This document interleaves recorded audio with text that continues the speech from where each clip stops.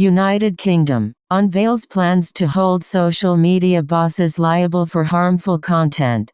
The British government said on Monday it will explore making social media executives personally liable for harmful content published on their platforms. The plans unveiled in a policy paper, which also include creating an independent regulator, aim to tackle all kinds of harmful content from encouraging violence and suicide to spreading disinformation and cyberbullying.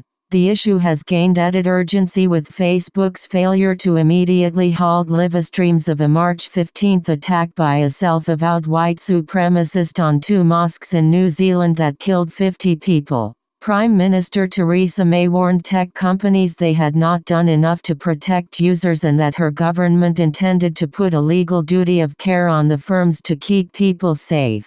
For too long these companies have not done enough to protect users, especially children and young people, from harmful content, she said in a statement. That is not good enough, and it is time to do things differently. Online companies must start taking responsibility for their platforms, and help restore public trust in this technology. The new laws envisaged will apply to any company that allows users to share or discover user-generated content or interact with each other online. That will include file hosting sites and chat forums as well as the better-known social media platforms, messaging services and search engines. Firms could face tough penalties for failing to meet the standards. We are consulting on powers to issue substantial fines, block access to sites and potentially to impose liability on individual members of senior management, the government said.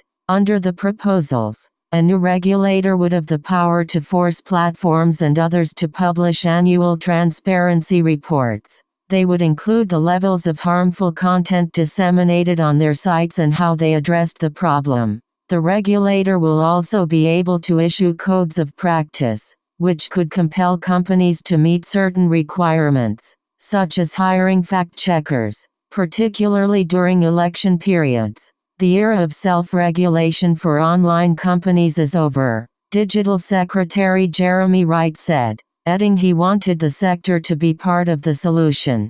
Those that fail to do this will face tough action, he vowed. Proponents of tougher social media regulations welcomed the proposals. For too long social networks have failed to prioritize children's safety and left them exposed to grooming, abuse, and harmful content, said Peter Wanless, head of the National Society for the Prevention of Cruelty to Children. It's high time they were forced to act through this legally binding duty to protect children, backed up with hefty punishments if they fail to do so.